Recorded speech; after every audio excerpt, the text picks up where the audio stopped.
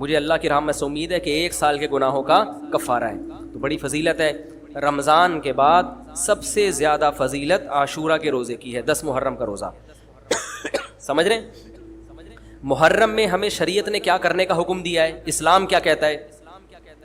پہلی بات, اسلام یہ کہتا ہے کہ محرم میں روزے رکھنا دوسرے مہینوں کی نسبت زیادہ ثواب ہے. رمضان کے بعد تو زیادہ سے زیادہ روزے رکھیں, اور اسپیشلی 10 محرم کا روزہ 1 سال کے گناہوں کا کفارہ ہے, یہ اور زیادہ ثواب ہے. پورے محرم نہیں رکھے جاتے تو کیا کرنا ہے, 10 محرم کا رکھنا ہے. حدیث میں آتا ہے کہ آپ نے حکم دیا 2 روزے ملا کے رکھو, کیونکہ یہودی جو تھے وہ 1 روزہ رکھتے تھے, صحیح ہے نا. تو یہودیوں سے مشابہت سے بچنے کے لیے ہمیں حکم دیا کہ اس کے ساتھ ایک اور روزہ ملائیں. تو علماء یہ کہتے ہیں کہ آج کل یہودی 10 محرم کا روزہ نہیں رکھتے, تو اب مشابہت ختم ہو گئی ہے. تو اگر کوئی 9, 10 یا 10, 11 کا رکھ لے تو اچھی بات ہے, نہیں تو صرف 10 محرم کا بھی رکھ لے تو بھی انشاءاللہ پورا ثواب ملے گا, کیونکہ اب اس میں مشابہت رہی نہیں ہے. سمجھ رہے ہیں کہ نہیں سمجھ رہے؟ یہ کرنے کا کام ہے. دوسرا کام, محرم میں گناہ دوسرے مہینوں کی نسبت زیادہ, اس کی قباحت زیادہ بڑھ جاتی ہے, کیونکہ 4 مہینے محترم ہیں, شوال, ذیقعدہ, ذی الحجہ, محرم اور رجب. یہ 4 مہینے جو ہیں اسلام میں اشہر حرم کہلاتے ہیں. قرآن کہہ رہے فلا تظلموا فیہن انفسکم, ان میں اپنی جانوں پہ ظلم مت کرو. یہ ماتم کرنا بھی تو ظلم ہے نا اپنی جان پہ. تو اللہ نے فرمایا ان 4 مہینوں میں اپنی جان پہ ظلم مت کرو. کسی بھی طرح سے ظلم ہو, جسمانی ظلم ہو, روحانی ظلم ہو. جسمانی ظلم ماتم کر کے بھی ہو سکتا ہے, اور انگاروں پہ چل کے بھی ہو سکتا ہے, اپنے آپ کو پیٹ کے بھی ہو سکتا ہے. روحانی ظلم کیا ہے؟ گناہ کر کا. تو نہ گناہ کرنے کی اجازت, نہ کسی اور طرح سے.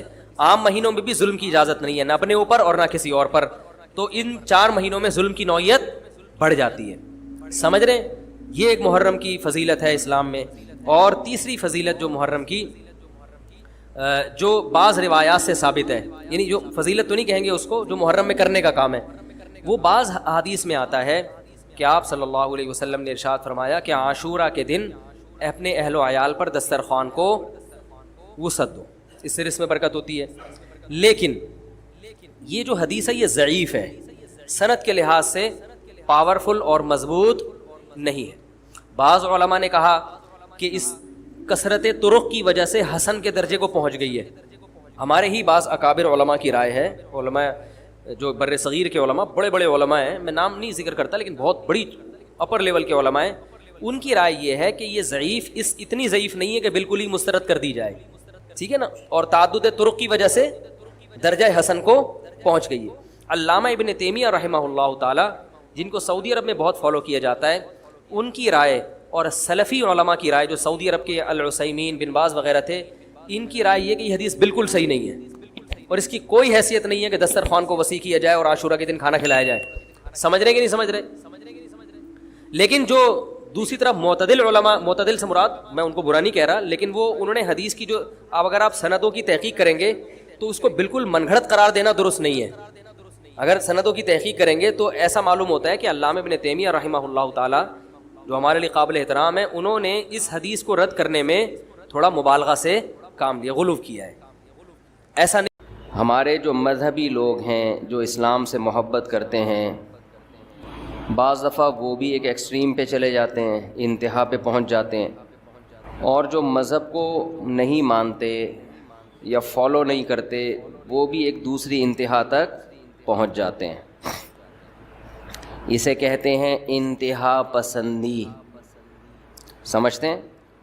یہ دونوں انتہائیں کسی بھی سوسائٹی کا, کسی بھی قوم کا بیڑا غرق کرنے کے لیے کافی ہیں. کسی قوم کا بیڑا اگر غرق کرنا ہے تو یا تو مذہبی انتہا پسندی تک پہنچا دیں اس کو, یا مذہب کی مخالفت میں ڈال کے. اچھا, مذہب کی مخالفت میں جب آپ آئیں گے تو ویسے ہی انتہا پسندی کو پہنچیں گے آپ. پھر تو انتہا پسندی پھر 2 قسمیں نہیں ہیں کہ معتدل اور انتہا پسند. آواز مزیدار نہیں آ رہی ہے, گونج رہی ہے آواز, پتہ نہیں ان کے ذمے تو لگایا تھا. تو جس کے ذمے لگاؤ پہلے اس کو سیٹ کرانا پڑتا ہے, پھر وہ آگے کام سیٹ کرتا ہے. پاکستان میں یہ ہے الحمدللہ, پاکستان میں یہ ہے کہ آپ کسی کے ذمے کوئی کام لگائیں تو پہلے اسے کسی کے ذمے لگائیں آپ, کہ اس کو تو ٹھیک کرو، پھر آگے وہ کام ٹھیک کرے گا. دیکھو پاکستان کے جو ڈرائیور ہیں پوری دنیا میں مشہور ہیں. ہم بچپن میں یہ بات سنتے تھے. پھر یہ بھی ہم سنتے تھے پاکستان کے پائلٹ پوری دنیا میں مشہور ہیں. تو ہمیں نہیں یقین آتا تھا کہ یار ہر چیز میں دنیا ایکسپرٹ ہے، تو ڈرائیونگ میں ہماری قوم کہاں سے ایکسپرٹ ہو گئی؟ ہر چیز میں تو گورے ایکسپرٹ ہیں، تو ہم لوگ ڈرائیونگ میں کیسے؟ تو اس کا جو بات سامنے آئی نا کہ جتنے یہاں سڑک پہ کھڈے ہیں، کتے سامنے سے آ رہے ہیں، کوئی انٹی نکل کے آ جائیں گی ایک دم روڈ پہ سے، اور جو بائک والا ہوگا وہ فاسٹ ٹریک پہ چلائے گا، لینڈ کروزر والا وہ فٹ پاتھ کے قریب سے آرام سے جا رہا ہوگا، بائک والا 4 بچوں کو، بیوی کو، اور بھی 2-4 محلے والے لفٹ مانگتے ہیں، ان سب کو بٹھا کے فاسٹ ٹریک پہ چلے گا. اوورٹیک ہمیشہ الٹی طرف سے کیا جائے گا. تو اس ماحول میں جس نے ڈرائیونگ سیکھی ہونا، دنیا میں ظاہر ہے اس کا مقابلہ کوئی ڈرائیور نہیں کر سکتا. کچھ چیزیں ہیں بڑی سمجھنے کی ہیں. تو اسی طرح خوب سمجھ لیں.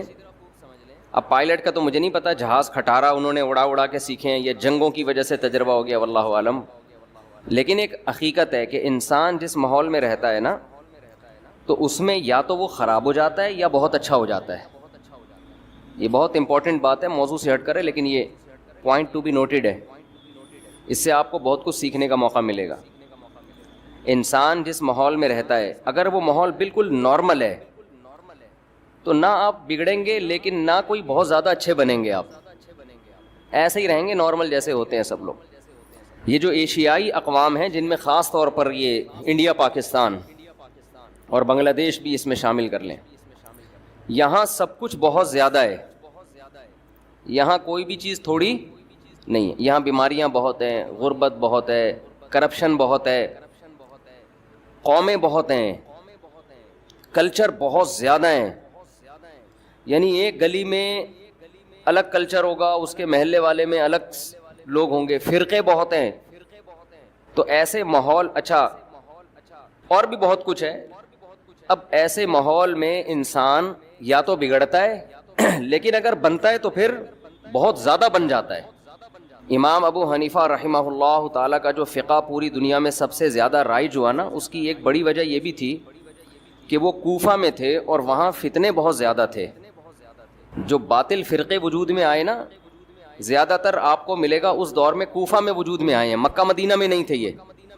تو ان باطل لوگوں میں کچھ لوگ تو ان کے ساتھ مل کے خراب ہو گئے، کچھ ان کے خلاف جو گئے ہیں نا، جنہوں نے کام کیا ہے، تو وہ دلائل کی دنیا میں مضبوط بہت ہو گئے. پھر وہ اس کی مثال ایسے جیسے آپ سعودی علماء سے قادیانیوں کے بارے میں پوچھو گے کہ ختم نبوت کے دلائل بتائیں، ان کو اتنے نہیں پتہ ہوں گے.